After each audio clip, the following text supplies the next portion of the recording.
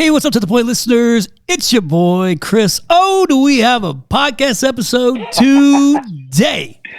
I actually, normally I don't, record it or write an intro out for the guests. But man, I was like, this morning I was taking a shower. Is it weird if I say I was thinking about our guests when I was taking a shower? Is that part weird? Hell no.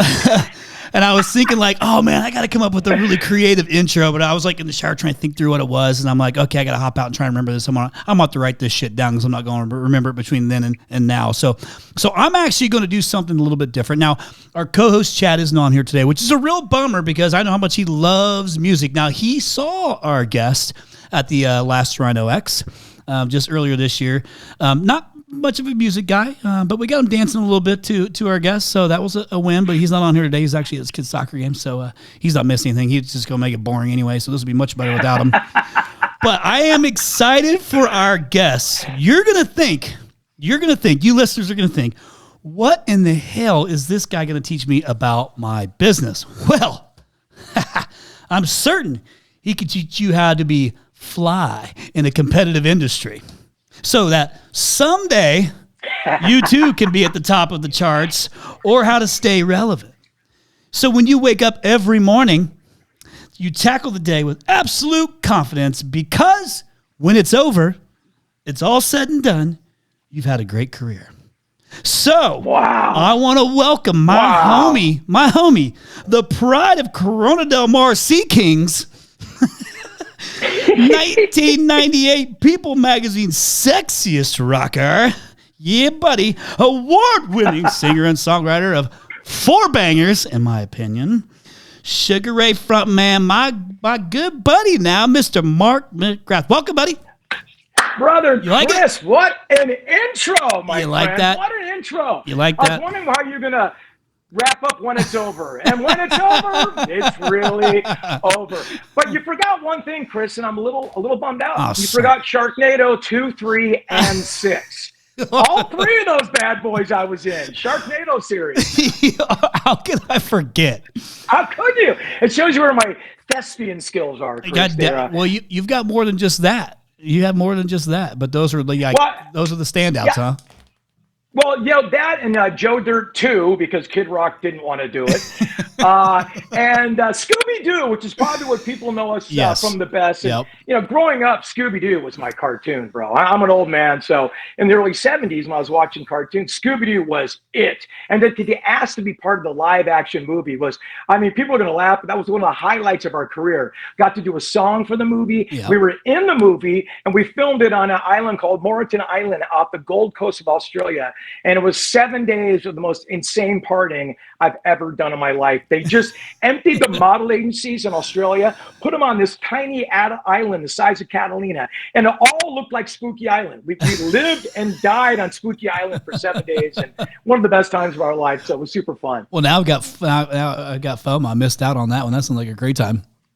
Yeah, no, that was a good one. We were crawling off that island going, we thought we partied. We went out there. Those Australians, they hit different, Chris. They know how to throw. They know how to throw down under. That's for sure. They do. The thunder down under, mate. The thunder down under. Hey, you know what? I was going to ask you. It's cool to have you on here, right? And actually, kind of what we're going to lean into is, we'll talk. I like you sharing some of the stories and stuff like that. Our guests are going to like to hear that. And then, but there's some relevancy here too that I want to hit on, and it's going to be around, you're in arguably one of the most competitive things to become successful in, right? Like the music industry is incredibly cutthroat, very, very difficult to not only get through, but then to stay relevant, and to maintain some relevancy. Well, listen, a lot of our contractors that listen to this podcast have the same issue, right? Like they're trying to become relevant, and create, some brand awareness, like grow these big businesses and then keep them big, right? So there's some sure. sustainability there that really matters. But and I'll tap into some of that because people are like, Chris, that's a fucking reach, maybe, but I'm going to get there. Okay, so I think I can walk you through a couple of things in your future, and we didn't script this, so with the listeners, like I had them. Well, let me touch on something, Chris, okay. Before I don't want to forget this because it's actually a good point. I think I'm in one of the only industries that's a dream industry for people. Meaning, you can be the very best at what you do in this industry and not make it. Yep.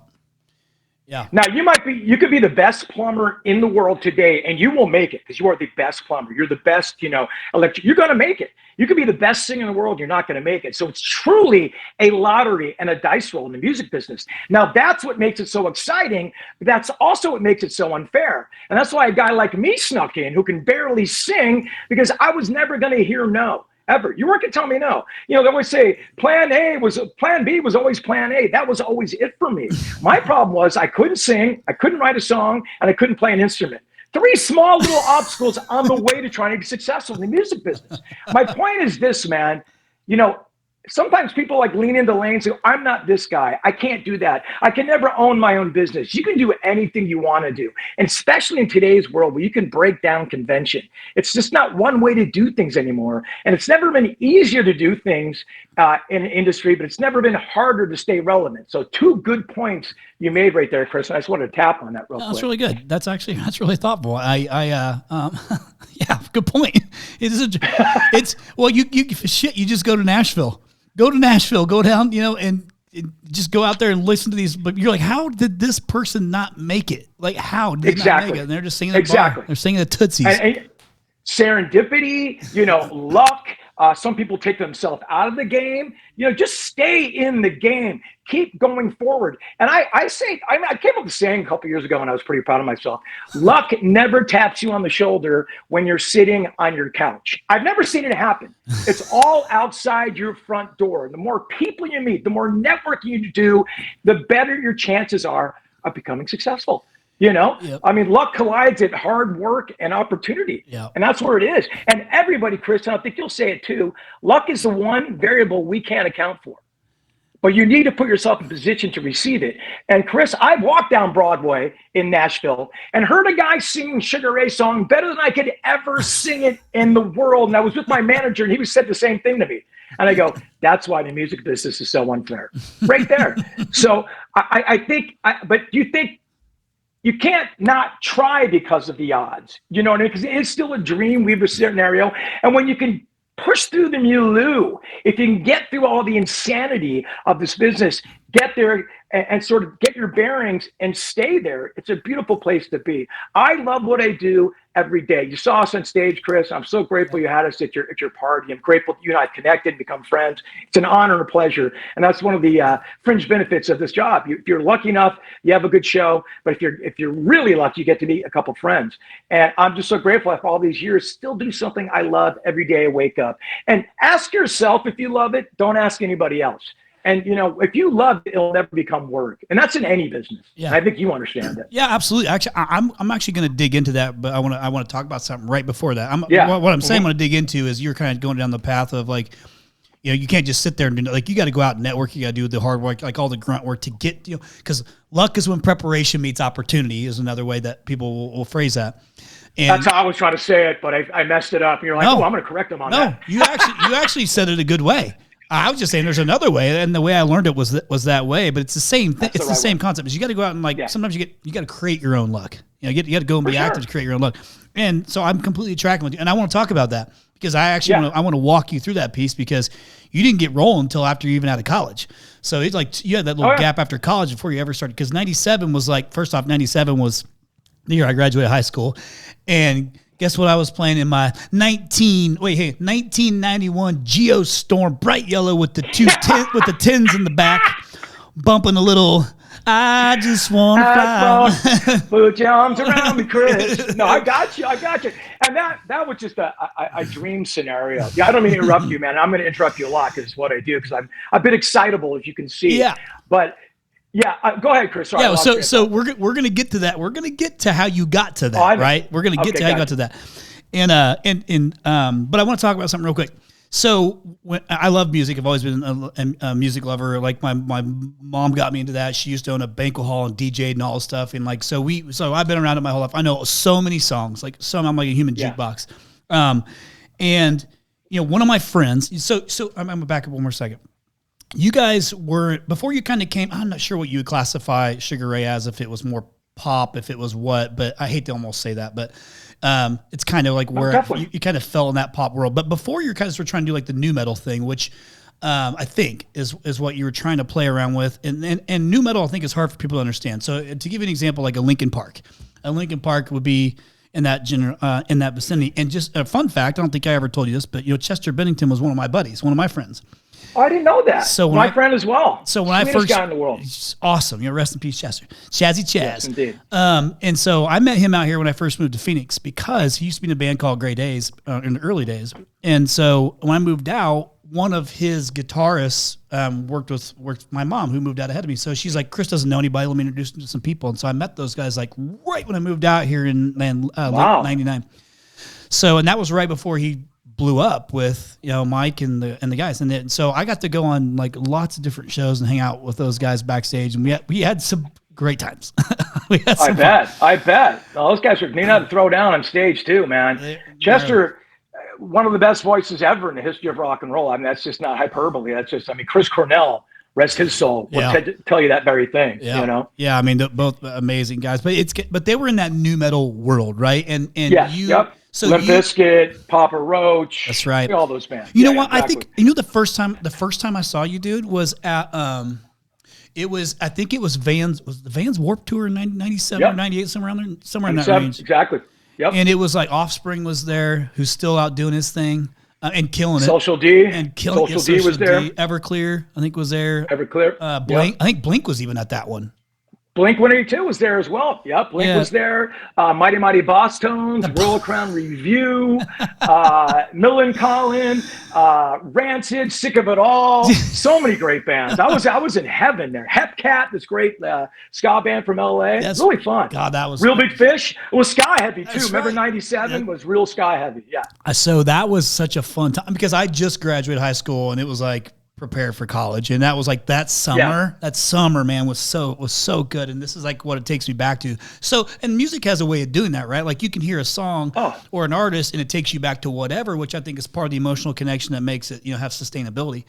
Well, music is so powerful like that, dude. Like it'll paint a picture for you. Forget take you back there. You'll smell the back seat of a car if you want to. You'll see the view you were at. I mean, music is life, bro. It's this beautiful gift of giving back memories and making them colorful in front of you. Whether they're good or bad, music is always a companion to all of us. It's a gift from the gods, So here, I completely agree with you because I love that. I wish I could bottle up that feeling, right, and sell that feeling of what you have when you feel that thing. The best. And when you think about like these guys that are listening, you're like, why the fuck does this matter, Chris? Well, like when you own a contracting company, like you don't have that to give to someone, right? But you have to try to leave some sort of feeling to make them want to continue to use your business again, or some sort of feeling about your brand or your service that makes them want to come back. So you are trying to create some sort of personal connection in a different way. It's just like you're creating your brand. Like your brand needs to make them feel something. And now music, it's an exchange. And it's not necessarily the product you were offering. It's you. It's your essence. Do you want to be around that person? And like manners, Chris, and manners and being kind is one thing I try to tell. I don't care what business you're in. We're starting to lose common courtesy. Yeah. And having manners has almost become uncool. You remember names. Okay. And you apply names every time you see somebody, you're going to be successful in life. I promise you. Doesn't mean you're going to be a billionaire, but you're going to have a good life. Remember names and be kind to people. I know it sounds simple, but are you doing that every day? And it's made me millions of dollars in my life remembering names. We'll get to that when you get to that question. You use so because I'm a salesman by nature, really great salespeople all know how to incorporate the name, because when you say someone's name, there's a different feeling attached to it when you remember that name. It's simple, common courtesy. I get it. So means you care. I'll tell you care. So here's where of all the artists that I've hired for Rhino X or for my Christmas parties, and I've had quite a few. I've name dropped a few of them. Yeah, I was telling the story because somebody was like, "Well, you're gonna have Mark McGrath on the podcast." Like, how the hell did that go down? And I was like, well, "I'm gonna tell you, this was like the easiest." Like we typically will go back into the green room before and meet the artists, and we've had Nelly for a few shows, and Nelly has a friend of a friend, right? So I was able to get him through a friend of mine who's friends with Nelly, and so we've got to go and hang with him probably 3 or 4 times at different events. Great guy. Yeah. It's just different.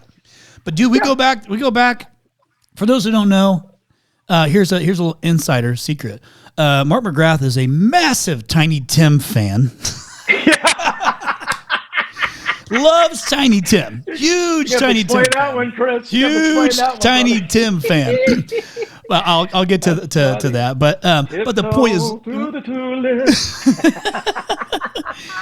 Jeez, that's actually there's a funny story there. Yeah, right. But we go back to the green room. Ann and I do it. Rhino X, the last one. And I swear to you, I feel like we just ran to an old college friend who I ain't seen in a long time, and we just hit it off like instantly. And next thing you know, we're doing some picklebacks, having a good. But then they were like, "Hey guys, show starts in 5 minutes. You gotta go," because we were just hanging out back there having a good time. I was like, "Oh shit, we better get after it." So Chris, anybody who's ever met you is your friend. Yeah. You've got a wonderful way about you. You're very engaging. You're humble. Who doesn't want to be around people like that? You got a great energy that's infectious, and you're just a guy that tries to maximize every opportunity in a room. And those are people I want to be around. Yeah. You know what I mean? Yeah. And I'm probably rehashing the most basic 101 sales things, Chris, that you're just an absolute crusher on. But you and I haven't really had a chance to really talk about things like this. And I just felt an instant connection to you, bro.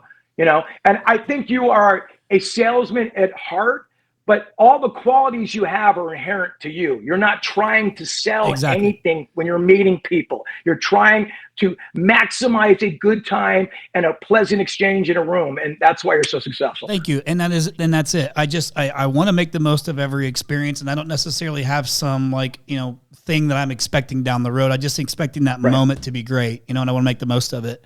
So the fact that we get to stretch this out because we create a friendship is like a bonus, right? That's a win for us both. Beautiful. I appreciate you saying that. Beautiful. So I want to kind of get into just a little bit of the the dirt, not even so much the dirt, but like the grindy part, the dirty part of getting to, finally getting to pop with Fly. And I know I found out you co-wrote that. So I had the best idea because I own a roofing company called Redbird Roofing, and guess what? Birds, they fucking fly. So I thought, we got a great connection here. We could use that. And I was like, oh shit, Mark co-wrote the song. That changed things a little bit. So, but damn it. He was on it immediately. I love it. I was like, oh my God, this could really work. But I want to talk about the grind leading up to it because again, and not that I've understand exactly all the things that you went through, but like the SoCal, scene was crazy. The music scene was complicated. Like it's hard. It's like there's so much going on to break through. Actually, have some success. Man, it takes a lot of effort. And so I want to talk a little bit about leading up to that. So because a little bit of Mark's story and like the super high levels, I from high school, I think you went to USC, right? I did. Yep. And then you communication. Is that what it was? Communication. I tried to go business. Tried to take the easiest business class there at USC. I was failing so miserably. And my dad, rest his soul, was kind enough to pay for USC. And fathers out there know how expensive USC is now and was then. And he goes, if you don't get a 3.0, I'm yanking your ass out of college. And my dad was an old school Don Draper type of guy. He meant what he said and said what he meant. And so this F I was getting in the easiest business math class was going to drop my GPA way below 3.0. And I was going to fail out my first semester at USC. I remember this math teacher, who's the business class I was taking, he took me aside and said, Mark, if you change your major, I will give you a C-. And that C- would have kept me 3.0. I go, done deal. I'll change it tomorrow. And so I looked around me and I saw all the football players and cheerleaders were taking communications classes. And I go, that's for me. Because I was 18. I don't know what the hell I was doing. So then I went to communications and found out what it meant later. But yeah, that's my story, how I became a communications major. And I was lucky enough that's where I kind of found where my broadband was and my smarts were. So I was lucky enough to get a degree in communications. Thank God to that professor, Chris. I wouldn't be here. Another serendipitous event is why I'm talking to you. Hey, were you the same? Was your personality the same then as it is now? Because you're so outgoing. I would say it was. I think being on stage for the last 35 years has brought a lot more out of me I think it's made me a bit more of a smash. I think I was a little bit more reserved, but I was kind of in high school. I was on the varsity basketball team. I was kind of into music. I had, believe it or not, I had highlights in my hair, and I thought I was John Taylor from Duran Duran. And I loved music, but I wouldn't commit to it. But I was a basketball guy, but I wasn't all in. I got a couple Division III offers to play hoops, but I wanted to go to a major university. So I didn't really figure out who I was until I kind of got to college, and then music became my focus. I tried to walk on the basketball team at USC, and there was a coach there named George Raveling, who's a Hall of Fame coach. He just passed away recently. And I tried out for the team, and they go, Mark, we notice you don't really have a strong left hand. You can shoot the lights out all day. We're going to keep you on the practice squad. You don't get to travel. You don't get a uniform. We practice every day at 5, and we'll reevaluate you next year whether you're going to make the team. And I looked the coach in the face, and I go, Coach, is this the end of my basketball career? And he goes, I think it is, son. I think it is. And so I was so bummed. My dream of being the point guard for the Lakers was over. And I remember going back to the college uni dorm at USC, and they had MTV on. And I saw David Lee Roth jumping off a kick drum. And I go, that looks fun. And so that kind of became my focus in music. And then that's how I kind of got into it. So I never really, to answer your question in the most verbose and garrulous way, Chris, I didn't really know who I was in college. I wasn't this sort of outgoing person. I wasn't a shrinking violet, but I hadn't really found out who I was yet, or what I really wanted to do. Or I was kind of lying to myself. I always know I wanted to be like on stage, but I was kind of lying to myself because I never thought I could do it. I think it brought out the reality of what goals and dreams I want to trace. And I'm grateful for college for that, Yeah. I mean, listen, I had no clue either. I tell this story all the time. I went to, college for, 4 years to get an associate's degree. That takes most people 2. In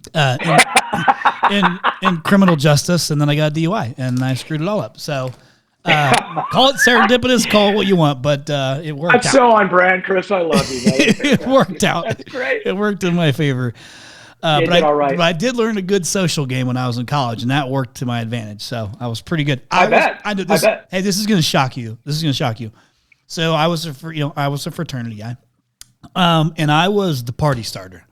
It was like when everybody got together, they knew like, okay, Chris, it's go time. And I was the one. You were the Bert Kreischer of your. I was the Bert Kreischer, right? Yeah. Except I look much better than Bert Kreischer, but yes, but I was the party starter, and I've always kind of been that. Even today, like I hate to miss out on anything, but that's always my personality. And then, but I still didn't know what to do with that, right? I didn't even really know what I was going to do, and so I learned that as much as I am like, I do like to make friends. I like to go out and be around people. I like to be around people in general.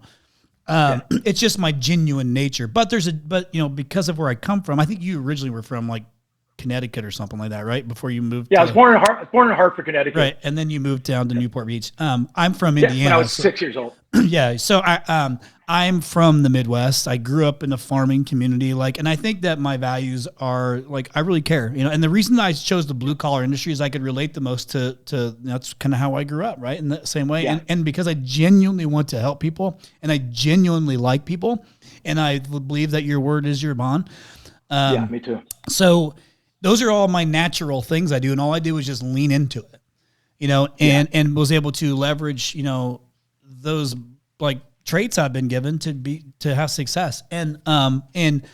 But there was a grind to it, right? Cause cause you got now what are you selling? And then I got to be able to build the things and do the things. You have to go out and try and perform. And you say you couldn't sing, you couldn't play any instruments. You could pretty fucking important to be able to learn how to do these things if you're trying to make it in the music industry.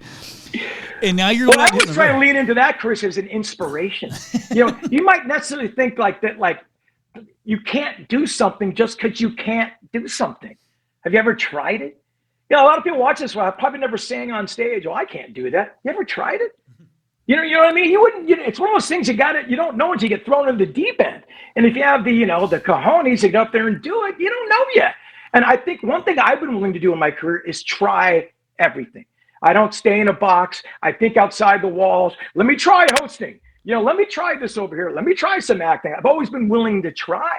And I think that's what's kept me around forever. And I think, like you just were talking about sales, like, how did you know you could sell until you tried, right, dude? I mean, and obviously your personality kind of has to be suited to certain things, and it might come a little easier to you, but I think you can learn certain things, especially with the help of others. It took a village for me, and a producer named David Kahn, who led me to water where my voice was. And that was the biggest gift he could give me. We were going in to sing our song Fly. We talked about earlier, went to #1, but who's counting? and we're going in there to sing the song. And on the record floor, Fly is the anomaly on that record. It didn't sound like anything else. It had its own vibe. And I was going in to record that. And the label felt good about the demo version of the song. And we felt this is our shot. So I'm going in to record the song. We had written the choruses, got it done. And our producer goes, Mark, I got some good news and some bad news for you. And being the Irishman that I am, I go, give me the bad news first. He goes, the bad news is you can't sing. I'm in, red lights on, microphone down here, whole band's in the control room just waiting for me to sing the song. I'm already stressed out and panicked. And I go, excuse me, his name was David. I go, excuse me, David, what could possibly be the good news? He goes, well, if you listen to me, we've got a whole new technology called Pro Tools. And what I can do by getting your voice together, I can pitch and pull the keys, get you right where you wanted to be. So you're singing everything just effortlessly and cohesively. And I don't know what he was talking about, but I go, whatever you need. He goes, your talking voice is your singing voice. You've got a great tone in it. And I think with that tone, we can sell 2 million records. And I thought he was full of shit when I heard that, Fast forward, a year and a half later, Floyd sold 2 million records off that one song. So, you just never know where it's going to come from. Just keep showing up and don't give up, man. Don't give up. And I know it's such a cliche. It's been a cliche from our parents when we're young playing sports, but just don't take yourself out of the game, man. If that means anything to you listening, don't you take yourself out of the game. And I know you're saying, well, of course I won't, Mark. Well, we're our own worst enemy. We're the first guy can't do it.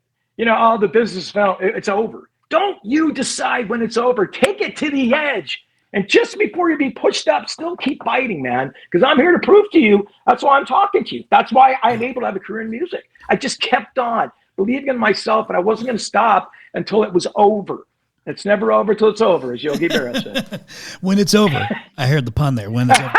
I heard it. A callback. I heard it. I heard it. I love it. Hey, so actually, let's talk about it. Okay, so a lot of these contractors. By the way, Chris, you're gonna have to bring me back. No. And I go on tangents and I freak out. And I get excited. So my apologies. But I love this. I'm playing off of it. So this is actually easy because it actually is a good. I can find the segue into the next thing I want to ask you. So there's a lot of people who are listening on here who have had some level of success already.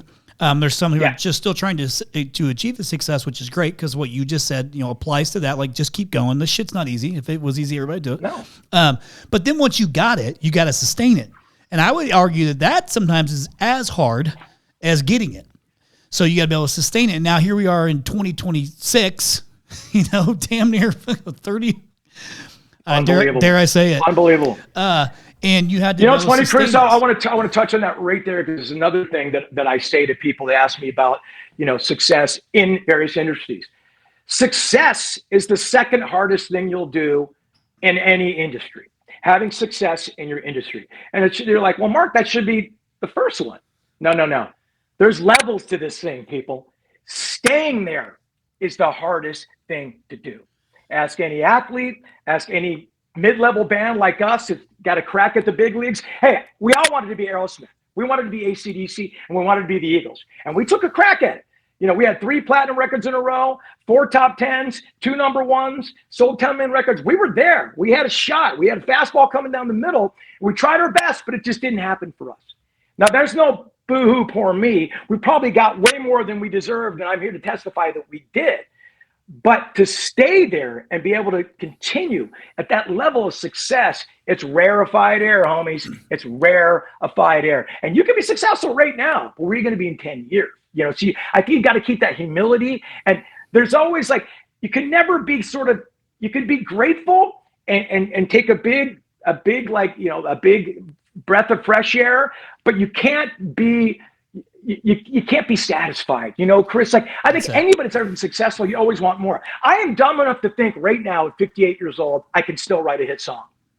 But that belief also motivated me at 25. You know what I'm saying? So it's never, I said earlier, it's never over. I'm always hustling and trying to fight, and I'm never happy where I'm at. I'm grateful, but I'm never satisfied and happy. So this is a perfect segue, because what I was going to ask you is, like, you have to come up with some sort of discipline when you're at your peak to sustain this success.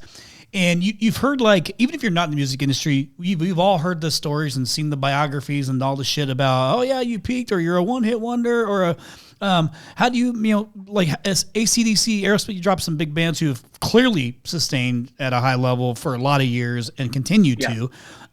But like, what was it that you were doing that kind of, did you have to create, like, hey, I know that on the daily or on the weekly or whatever, I got to do these things to make sure I'm giving us opportunities to stay relevant. Like, what were some of those disciplines and things that you had to do to do that? Well, let me be real clear by saying we did a lot of stupid things that sort of negated and counteracted that thing. You know what I mean? Look, we started as a party band in Newport Beach, California, to play a bunch of cover songs around a keg in 1988. That was the goal.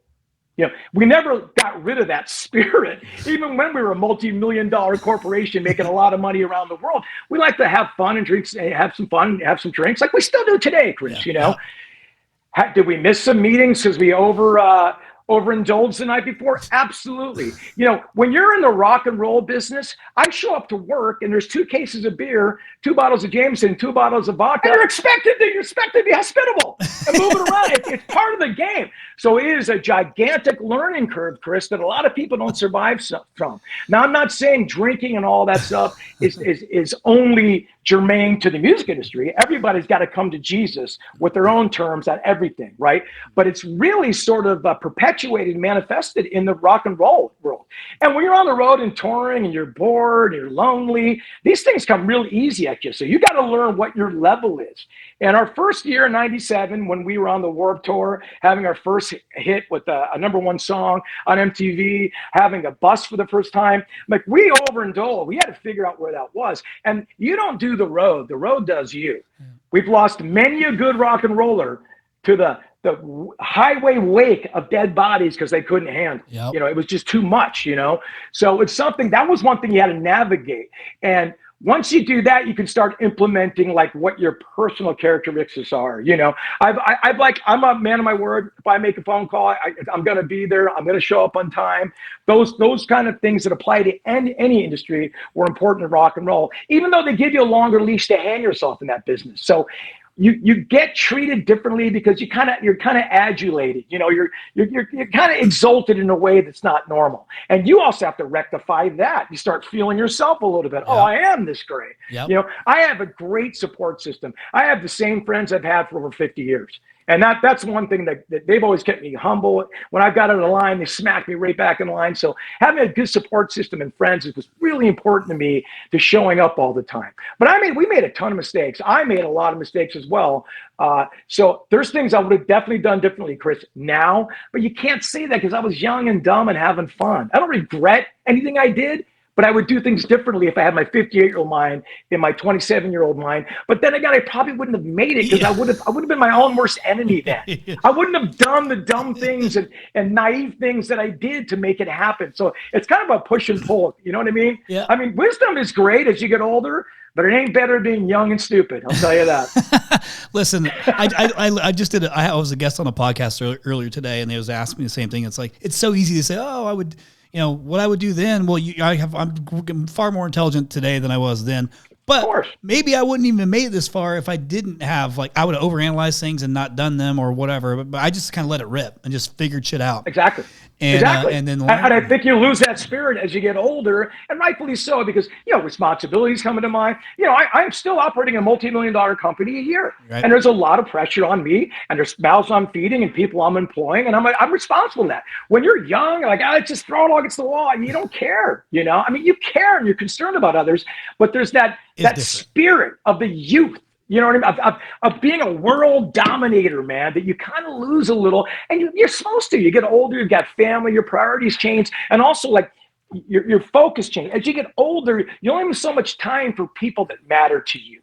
When you're younger, you can put up with a ton of bullshit, you know? Yep. Hey, okay, this is actually another great segue I want to lean into. You talk about managing a multi-million-dollar business. There's the business to music, and you have to manage those things. I mean, you're talking, there's touring, there's merch, there's licensing, there's all kinds of shit that you have to manage. There are people, human beings who are impacted by your decision-making or whatever. And so I made this post on after you guys came out to Run OX. I took a video. I can't remember what it was. And it was just something I took a video of me and you, like you're singing in the background and you came up and whatever. And I posted it and that thing like blew up and went viral, which was awesome. And I'm watching all these people responding to it.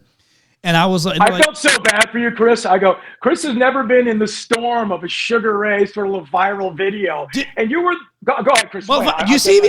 Did you see? I was like in full, I was talking mad shit. I'm like, I was going off. You were just throwing haymakers. I was letting it rip. Chris, but dude, it just shows what a good dude you are, man. You had her back. You're like, no, they were great. Because to those who probably have not seen it, the video showed us playing. Chris has a party for his friends.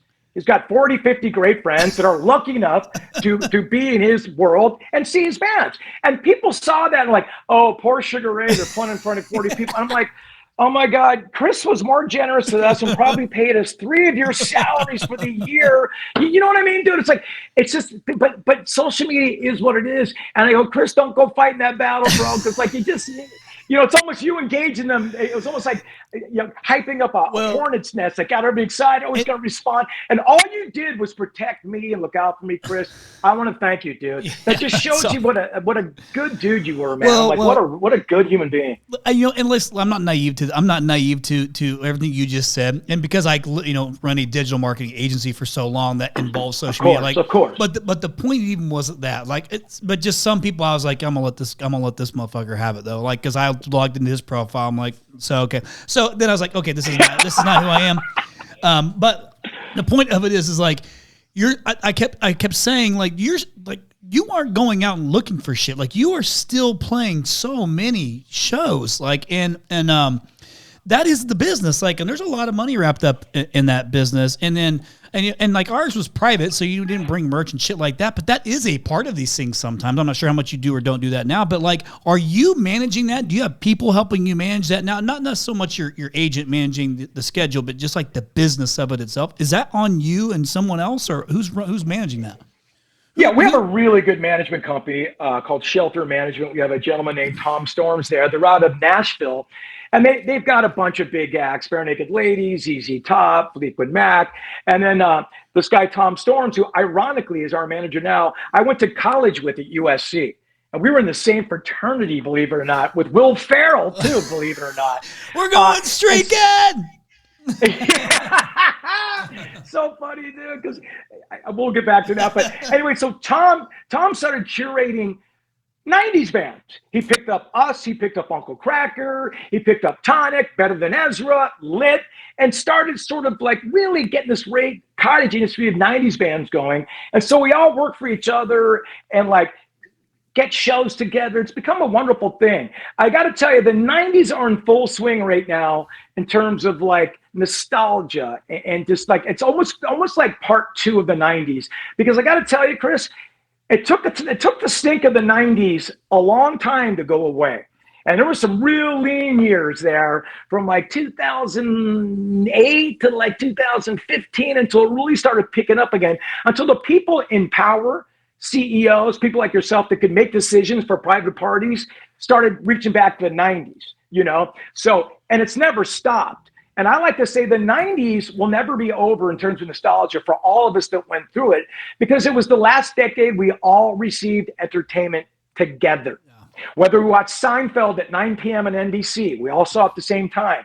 Whether we got our records on Tuesday at Tower Records or wherever you bought them, we got them on time. There was a community sort of experience to music, to TV, and we've never lost that in the 90s, and we never had it again after Napster and streaming came in. Yep.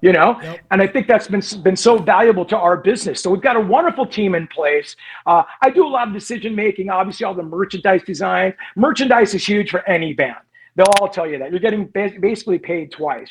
So that's an important part of it. Obviously, all bands have like their store that's part of their website. So there's many ways to hit revenue in terms of being in the music business in general. Obviously, the live business is one. If you still own your songwriting and masters, that's a beautiful part of it too. So there's many ways that sort of have to be overseen. I do that in tandem with our management. Got it. So you talked about, actually, you just said something, and I think, I think I'm a fucking trendsetter, Mark. I think what you just said, I'm a trendsetter. Because here's what happened. When COVID hit 2020, right? Like, that's when shit got weird for everybody, right? Because you can't go and perform, you can't do anything. I have a Christmas party to put on, and I'm determined to get an artist there. Like in 2020. In 2020. Yeah. In 2020. This was like the start. But I want your audience to know how hard that was to do in 2020, because there was a lot of optics to that, Chris. Oh, yeah. Whether you were being irresponsible for doing this, whether the artists were being irresponsible. And what was scary about COVID, Chris, and a lot of your contractors will understand this, we didn't know. There was a 2-month period there, started March 16th. It was the day after my birthday. I'll never forget it. We flew home that day. The airports are empty. And around April or May, there was talk of, we're never going to convene again in a live music situation. I'm like, what?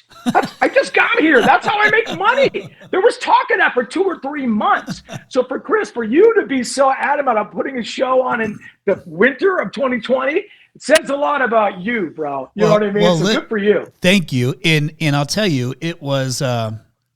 I think everybody, though, was ready. Like, artists were easier to get if they could go and do it, and all the different, red tape you had to kind of work through. But by December, there was a little bit of leverage. Like you could pull some shit. Don't have any income coming in for 6 months, and everybody gets real smart. Yeah. It's like, when you see her say, go chicken.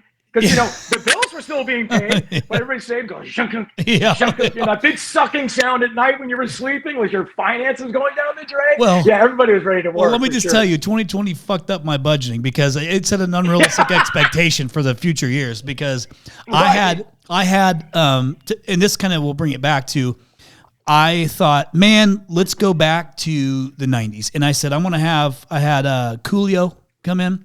Yeah. I had Tone Loc. And I had young MC. And so we did like a little 3 thing. It cost me like, I usually don't talk about price, but I'll talk because that's forever going. The shit ain't this way now, just so you know, way different. But even then, it was like $45,000, $50,000 to have those 3 artists. The fucking stage cost me $35,000. I know, I was just saying, man, that was, everybody was hungry there, bro. But I'm saying, trust me, that was the last time I was like, oh shit, like I'm not even close to budgeting now. So, but the point was like, those were all 90s guys. And then, the very next one I can't remember if I had Nelly then too, which was a massive, step up. I don't think it was Nelly. It had to be somebody else. Maybe it was Flo Rida and then Nelly. But Flo Rida, gigantic too, though, right? Yeah, Flo is. I've had him for 3 events. He is awesome, dude. Like the two best like personable performers I've had are you and Flo. Like both you guys are good at getting the crowd involved. But that means the world to me. But the previous year, last year. I had another 3-banger. I had Rob Bass open, and then I had Warren G, and then I had Vanilla Ice. Oh man, Rob's great. You talked to Rob, right? Yeah, Rob was cool, totally cool. I mean, all of them were cool. Warren G was so high the whole time. So he was like, but it's Warren G, dude. So I loved it. It was. It's on brand. It's on brand, bro. Come on. But Ice was awesome. Like we hung out with him afterwards for a bit. He was super cool too. Great show too, right? He's a great showman. Puts on a great show.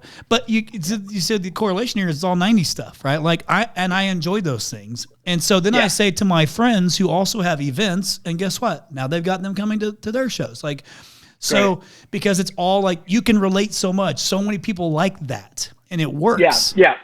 And so, and a lot of this business too, and I'm sorry to interrupt you, but I told you I was going to do that when we started this. A lot of these artists that I've worked with before, and if you're lucky enough to get shows in the corporate world, if your catalog is lucky enough, there's another level to this where you got to play nice in the sandbox. You know what I mean? You don't have to work with artists you don't want to work with. You know what I'm saying? And like you said, you tell your friends that guy was an asshole, that guy was cool. I mean, it seems to be the same people are working still because everybody gets it. You show up, you're professional, you're personable, and you put on a great show, And so I'm not surprised you had those artists because those artists, like these very characteristics I'm talking about, they all are inherent in those artists. They're great guys. And I think a big misunderstanding is that nobody would ever think about this, but just for people who are thinking like, if you're going and playing a private, small event, well, then you're kind of a has-been. By the way, there's players right now that are like main stage, big time acts that I promise you are fucking doing private shows. And Chris, there's not a band alive that doesn't do private of course. shows. Now, mind you, every scales differently, but you can get the Rolling Stones to play your backyard tomorrow night if you got $20 million. Yeah. I'm serious. There's no band that doesn't do it. Now, county fairs used to be embarrassing to a lot of bands. Now bands plan their tours around county fairs. I think all of us know that the live entity is where bands make their money now. Napster and streaming made our music invaluable. Yep. And that was a weird part of our journey. Yep. When you were lucky enough to get this golden ticket called a #1 song, which traditionally would have taken care of you and your family and your family's family for the rest of your life. Yep. But that became useless. I equate it to people go, well, Mark, I don't understand. It's just a song, because it's intellectual property, right? It's not a thing per se. But I go, well, let me put it this way. If I walked into a museum and I took a Basquiat off the wall and said, this is mine now, is it mine now? It's no, that's Basquiat's. It's his art. I get him every time. I go, exactly. That's our art. Yeah. You know what I mean? It's free now. There's nothing I can do, but I just want people see that sometimes you hear songwriters complain a little bit. There's a reason why. I mean, that's our art. That's the building we built. That is the construction company we started. Those were our trucks. That was our materials. And now they're just free? Okay. And now it's happened to Hollywood, and they're not so happy about it. So it's interesting. AI is coming for a lot of folks. So, we were just the first industry to really feel the effects of the digital world. And that was interesting to navigate. But my point was, that's why everybody's playing live now. There's no show that a band is not grateful now for having. And because that's where 75% of any band that is lucky enough to be able to play live to make a living gets their money from. The live situation. Dude, why do you think that so many? Okay, so I'm gonna give you an example of a band after I ask this question. But why do you think? And I'm trying to connect this to relevance, like continued relevance, whether you're a business owner or you're a musician or whatever. But why do you think that some bands create fans for life and others just create listeners? What is that delta there? And let me throw this out there. It's Oasis. I've heard that they were a very complicated group to work with. I don't know. I've only heard those things, and I love Oasis. I think they're great. And then they started performing again. These are guys who didn't play, just shut shit down and didn't do anything. Yet when they came out, they're selling out fat Oasis. I've not gone and seen them, but how? What is it that is it your personality? Is it as simple as how you treat people? Because I don't get it. How are you creating fans for life, even when you ain't putting out any fucking music or on stage doing performances? I don't get it. There's one thing that's always been the connective tissue between all of that, of maintaining fans, and it's great songs. There's no voodoo to it. There's no magic to it. It is great songs. It doesn't matter what genre it is, if you're a Metallica fan or if you love Britney Spears. Doesn't mean you have to like Britney Spears. They're great songs. That's the connective tissue. Now, I say this about Sugar Ray, just to give us an example. We have classic songs, but we're not a classic band. You know what I mean? Aerosmith, classic band, classic songs. And I kind of touched on this a little earlier. We tried that. We swung for the fences, tried to become that classic band, but that's that rarefied air. We have the great songs, and sometimes talent is just that defining characteristic you need. We just maybe didn't have enough talent songwriting wise to get us through some eras and some decades. Oasis did and does. And that absence of Oasis drove people crazy. And that's why they came back, sold out multiple stadiums around the world. And what was defining connective tissue there? Great songs. Great songs. That lasted generations. And if you saw the Oasis crowds, half of them were people in their 20s, young people. It was the Beatles fans today are 18 years old. You know what I mean? So it's great songs. It was always that thing that made you have those fans for life. But it doesn't mean having one great song doesn't mean you're going to have fans for life. Having a couple of great songs means you can always play forever. You know, we're lucky enough to do your corporate shows, and we do a lot of casinos and things like that. We know Sugar Ray got 4 songs. Great. We're coming out. We're going to have a good night, you know. But getting that hard ticket, like fervent fandom, we weren't able to maintain that. And that's okay. You know, I do know this. You can't hang a fan base on a haircut, right? Because that goes away. And, you know, and people cycle out all the time.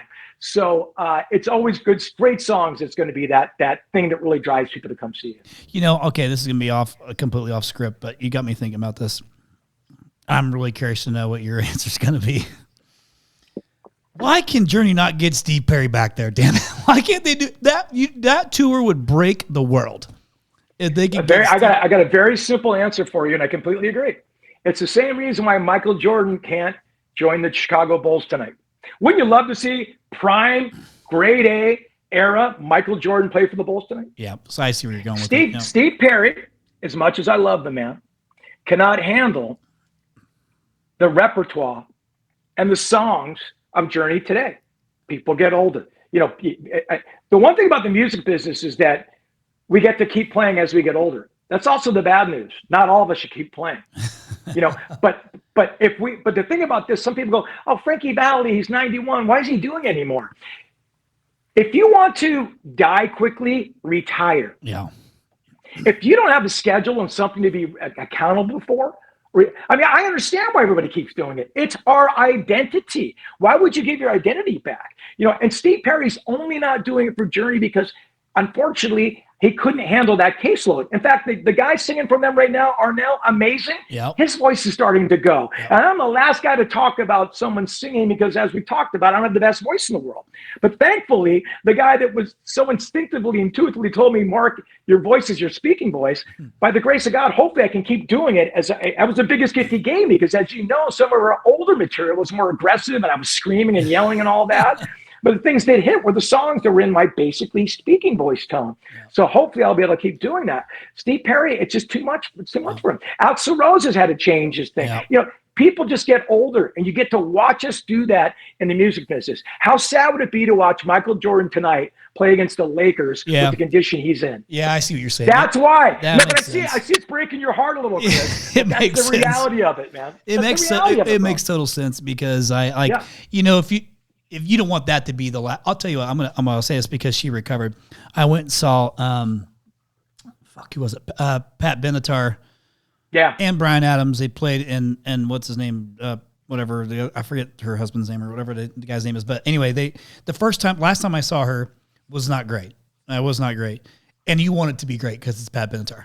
I'm sorry. Not the last time, but the previous time. But then I saw her again with Bryan Adams, and she killed it. But she changed the way she was singing the song. She dropped it down a little bit, which is fine. But because I would not want to go out if I'm Steve Perry, and be like, and not sounding like even remotely close or messing up Steve Perry, because that's what people are left with. If right now they're just left with Steve Perry voice that we all know and love. So that makes and that Steve makes knows sense. that. And those songs, dude, they're so iconic and identifiable. You can't change the melodies. No. You can't bring the keys down too much because then it starts to drag, you know, and you want to hear them like you want to hear them. That's why there's bands like Foreigner that are still out there without an original member because the band can deliver. And the fans have anointed Foreigner as a classic band. So welcome in, Foreigner. You know, we're gonna welcome you because not everybody can just go out and be fake Journey or fake Foreigner. Foreigner was able to do it, you know, and maintain. It's tough, dude, because there really is no answer to every scenario, and that's kind of like we want an answer for everything. And another thing when you're dealing with bands is relationships, bro. And I'm talking about romantic relationships without the sex. In most cases, Yep. unless you need a ride home with. But you know what I'm saying? So you're getting real emotional connections that sometimes just sabotage the success of bands. Another layer of why it's impossible sometimes for bands not to exist or become successful. Relationships get in the way. I know all the contractors listening out there go, we know it, dude. We've got our guys, but it's a little different in music. And people go, why can't you just keep the original band together? And I go, if you can go out with your original girlfriend tonight and take her on a date, then I'll tell you why. And they go, I could never do that. I go, exactly. I've been with these guys 30 years, so there's interesting dynamics all in play. And every band is in their own subjective reality for why they can or cannot play.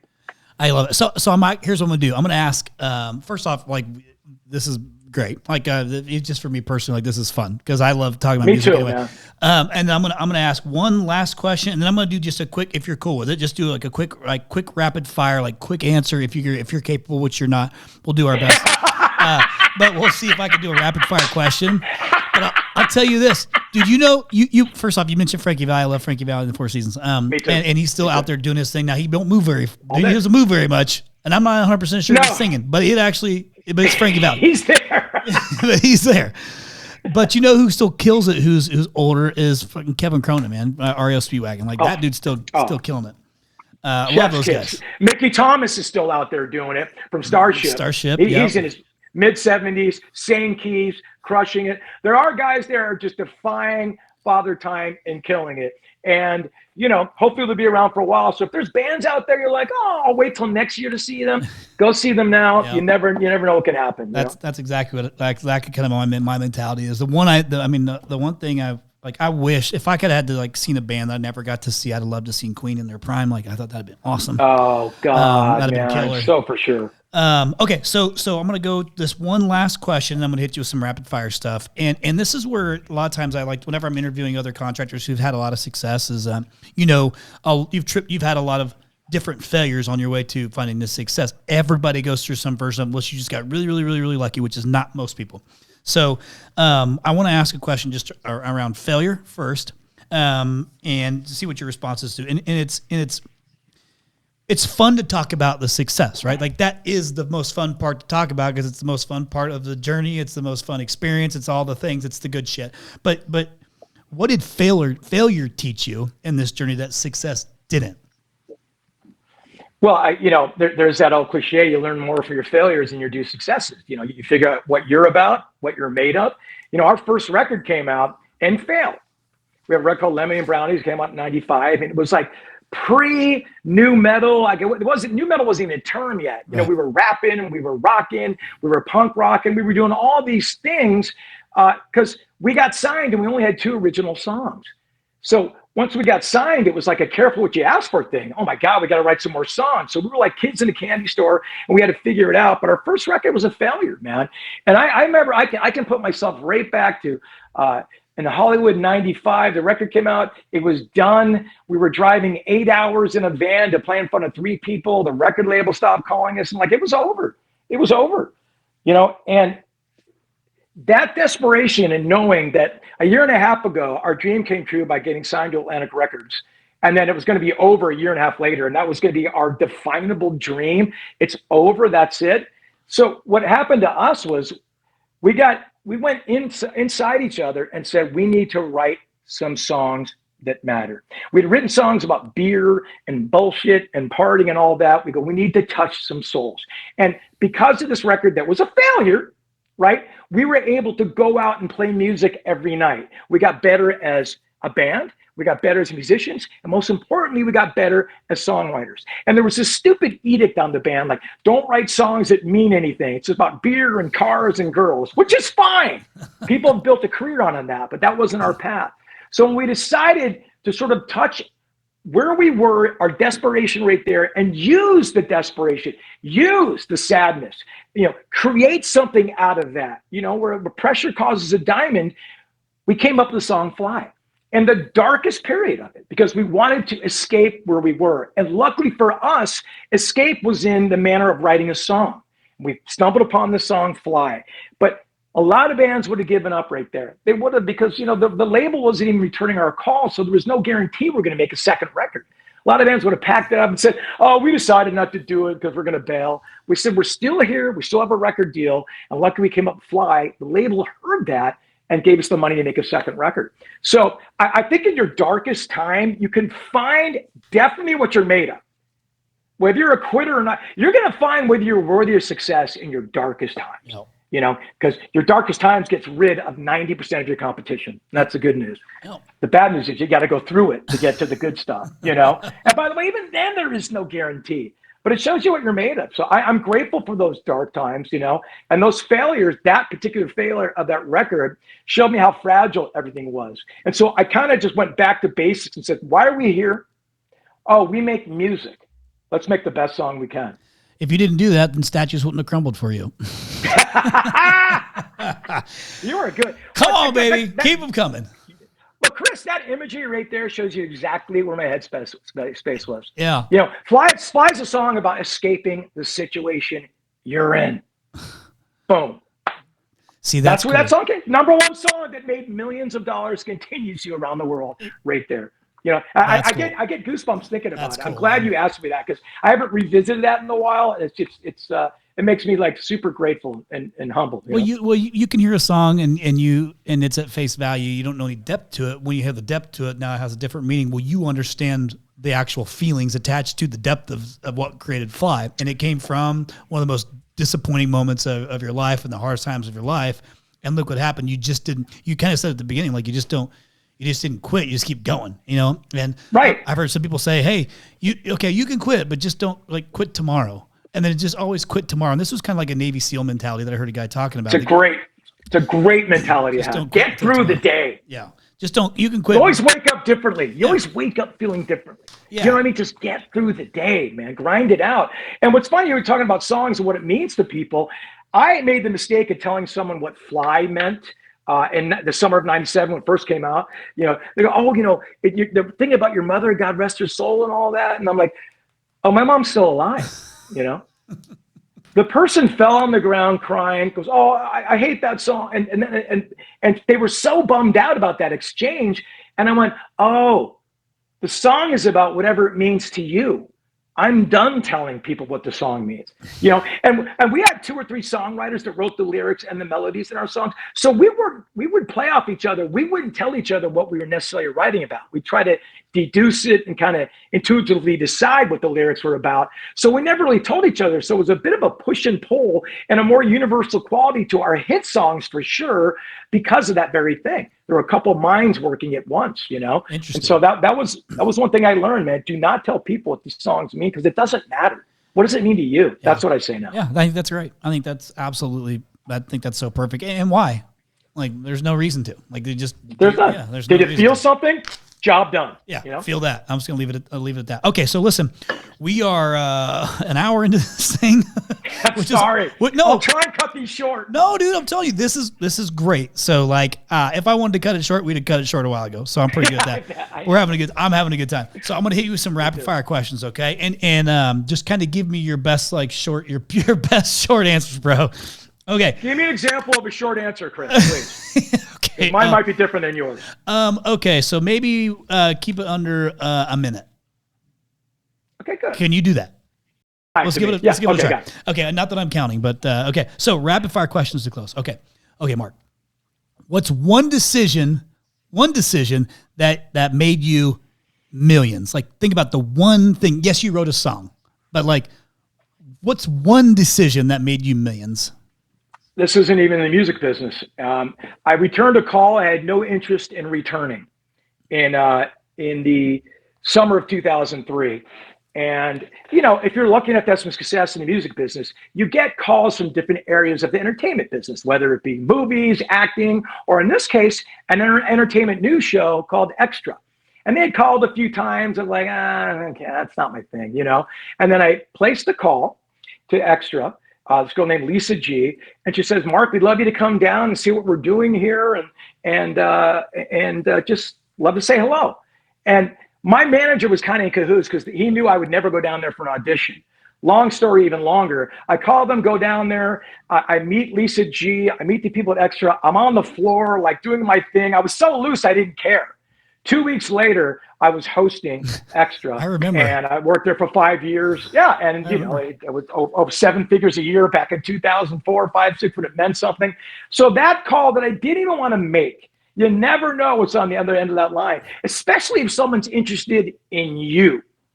Make the call.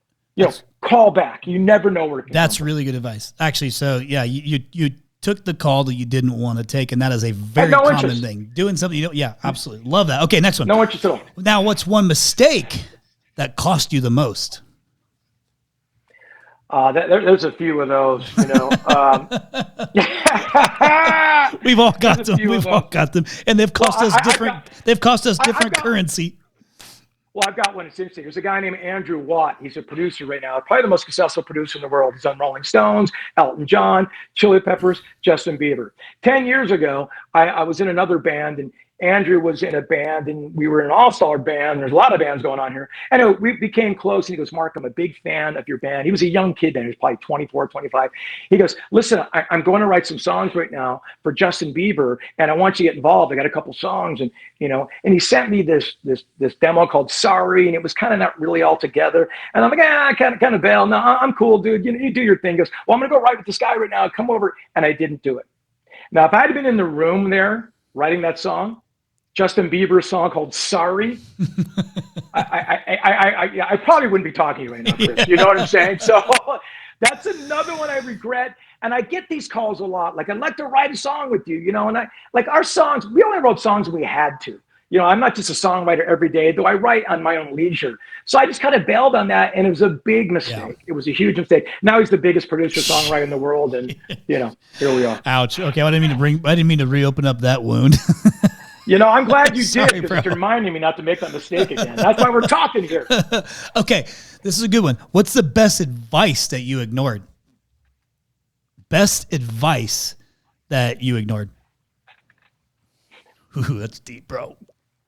Well, when I graduated from USC, I was kind of lost for a little bit, especially in terms of my dad's regards for me and what my career was going to be. And I was kind of futzing about with the band, but nothing really on the horizon, playing local parties, nothing real. My dad got me into the Monaco International School of Finance in Monte Carlo. Ooh, that's exciting. Thing. Impossible.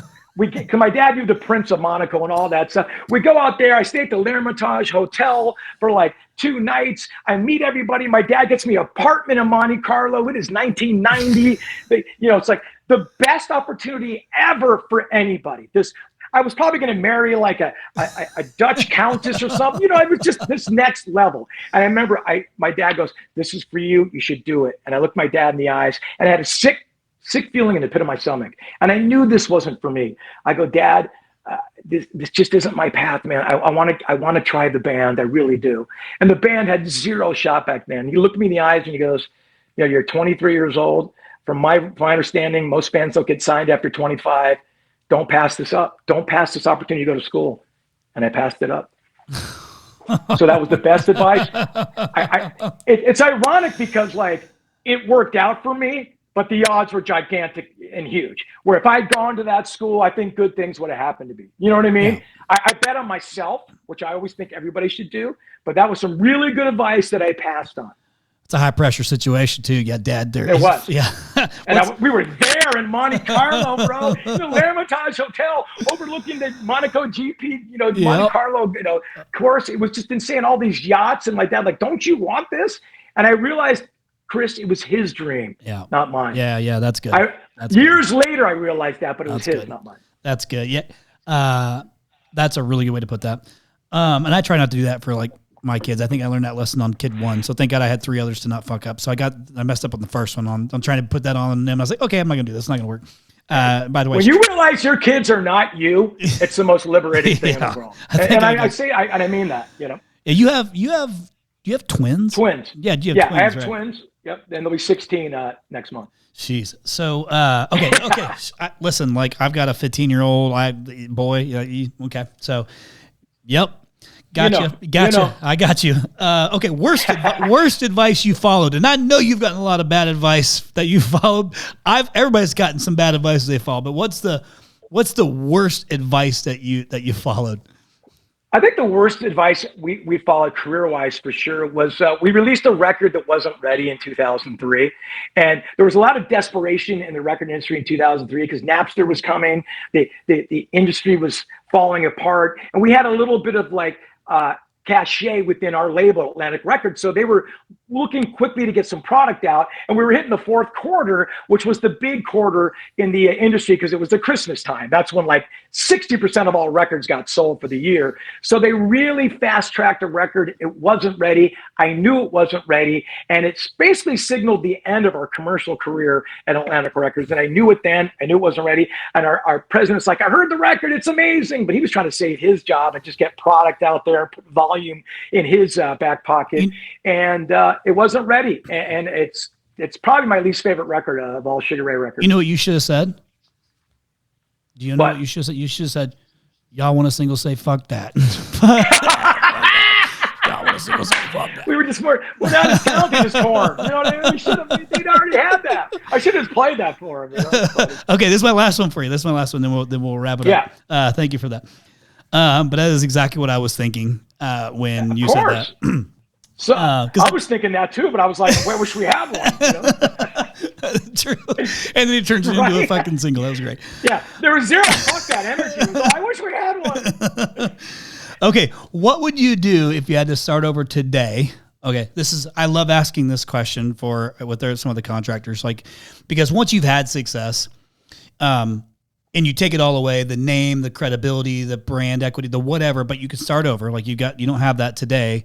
You know, what do you do? So what would you do today if you had to start over today? But you know, Mark McGrath is not who Mark McGrath is, and Sugar Ray is not who Sugar Ray is. What would you be doing? But I still want to do music. Right? Do whatever the fuck you want. Yeah, I'm just saying, but you don't have the name to, like, now you got you sure, name. Sure. Yeah. The only path towards success in music today is on TikTok. And having followers on social media. It's the only path. So I would integrate that, obviously, and it'd be my only focus. In fact, I've heard of labels saying, we don't even care about the music so much as how many followers do you have. Yeah. So it is such a social media world out there.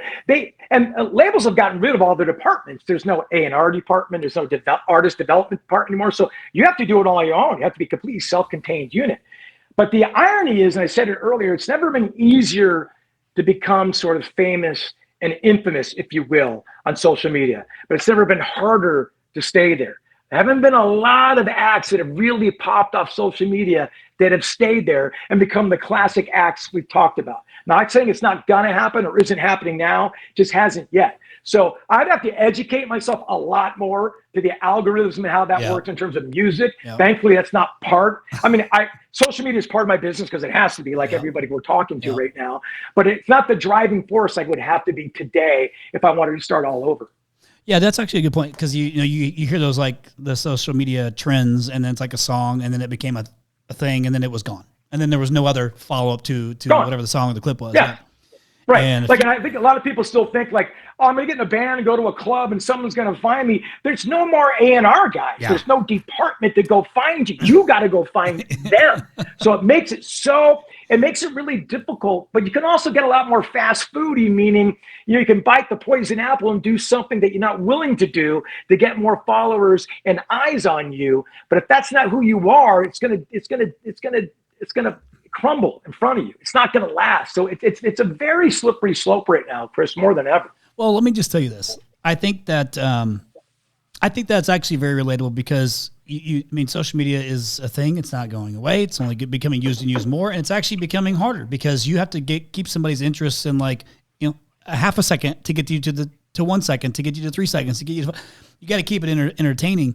But you can become successful if you can figure out those algorithms and put your stuff out there and do it over and over and over again. But you still got to have the same discipline that you had when you were building and trying to create Sugar Ray on that path to it. The same discipline of going out and grinding and networking and doing all the things and, shaking the hands and going out and putting on great shows, even when there's 3 people, and then doing it again, doing it again. It's the same thing. It's just now you got to do it in this technology space to continue to scale. Oh, and by the way, you might have to do both. If you're on the road, you're going to do all the things. Yeah. You better have the infrastructure built in. You better have all the qualities and characteristics we talked about, because you're going to be a hawk tua. You go out, you have some weird moment you didn't even plan for, and you're a multi-million-dollar industry, but there's not enough there to sustain it. Yeah. You know what I'm saying? Yeah. And that was just some girl walking out of a bar. It's a multi-million-dollar thing. And then they try to play catch up, but the infrastructure wasn't there, or the will wasn't there, or the passion wasn't there. Yeah. Whatever was there. Yeah. You know? So it's interesting. You get famous overnight, but it's really a smart thing you said, Chris. You better have everything in place, man, or it will crumble, my friends. Yep. It's just like business. You got to have a good team around you to sustain the business, to help do the things that you're not good at, consistently, even when it's hard. And then you have the responsibility of taking care of them to make sure they want to continue to work for you to do the hard things and sustain the business. Like all this stuff this is just business. And I think I'm so glad you said that, Chris. And I'm sorry to interrupt you, because like a lot of times I get a lot of the attention on Sugar Ray because I'm the guy with the hair and the front man and all that. And that's kind of part of the gig. But it took a team to make the success. All the guys who have been in Sugar Ray were all responsible for the success of Sugar Ray. Our producer, management, it really was a village building Sugar Ray. I've learned from so many people, and I'm only here talking to you because of others. I'm grateful now that I can still do what I do, but it really took a team to make this happen. There was no Oasis Noel Gallagher songwriter writes all the songs. There was no Johnny Resnick. It was a real team doing this thing. Some guys didn't have the passion to keep doing it anymore, and I understand that. We talked about that earlier. Passion and drive and wanting to do it. But I would never ever downplay how valuable every member of Sugar Ray has been and was to the success. And here you are. Still doing it. Here I am, by the grace of God, being good people like you, Chris. Still out doing the thing. I love it. Miss the 1998 people back sexiest band of the year. It's just because people used to pay to see me take my shirt off. Now they pay to keep it on. Things have changed, Chris. Well, listen, time stays undefeated. Dude, this was fun. I appreciate you giving me the time, and it does mean a lot to me too. And you said so many nice things, and I really do appreciate that. And and you guys can kind of listen, get the vibe. But people are like, "How the hell does it just clicked? It just worked. Like we just hit it off. It was easy." But I think what it all boils down to, and I can see like the relation to all of the success. I think that this is an easy success story. And even though it's 2026, you're still out doing things and like staying relevant. And maybe it's at a different scale, but there's plenty that aren't at all. And that comes back to, I think, the way that you treat people and the way that you are open and that you have manners, like you said at the very beginning. Like all of these things are what make you such a likable guy. And the good news is that you put on a hell of a show and you're entertaining, and you got the two things. Like you have two of those things. You can keep somebody, entertained, but at the same time, you're also thoughtful. I hired an artist to come and play our Christmas party one year that I was excited to have, a country artist, and I'm going to put his name out there. But I was excited to meet him backstage. Backstage was such a letdown that I thought differently about that artist. So, and I was did it ruin the show for you, Chris, a little bit? Yeah, man, a little bit, because I was thinking you just said everything right there. You just said everything. And imagine that. Just an exchange and by the way, you don't have to be like, "Hey man, let's party." Just a gentleman, how you doing? Thanks for having me. That could have been the exchange, right? It was awkward. It was different, and it made me think, because what I was seeing wasn't matching what I thought was the person. Yeah. And then you on the flip side was like, "Oh, this is exactly what I would think that Mark McGrath would be like." And so, but dude, I'm grateful for that, Chris. That means the world to me. I hope you know that. I mean, I don't want to bore your viewers or listeners, but that means the world. And when you're, like we said earlier, when you're lucky enough to make some friends in this business, like I feel in you, Chris, I got a friend for life, man. No doubt. And that's at my age, you can have more friends to your contacts than doctors. You're in a good spot. You know what I mean? Well, so I want to close this sucker out tonight. I appreciate you coming on here, Mark, and sharing with everybody too, and taking your time. I appreciate that. It's super cool. And to our listeners, hopefully you found that, if nothing else, it's entertaining. I always love hearing the stories and some of the things. And the real point of it all of it is like, there's got to be some key to success, regardless of what industry that you're in. And I think I uncovered what yours is, and that's something that you can apply in any business. So like, you got no fucking excuse. Like, you can do these things, because there's a lot of people that are willing to work hard. But how are you treating people? For sure. So to our listeners, anything else, I hope that it was exciting, and leave comments. Yeah, thank you all for listening. I appreciate you putting up with me, man. Thank you, Chris. And listen, as I always say, we went over a bunch of different things, but here's what I'll leave you guys with this: you don't got to do everything, but you got to do something. No, perfect. 0 days.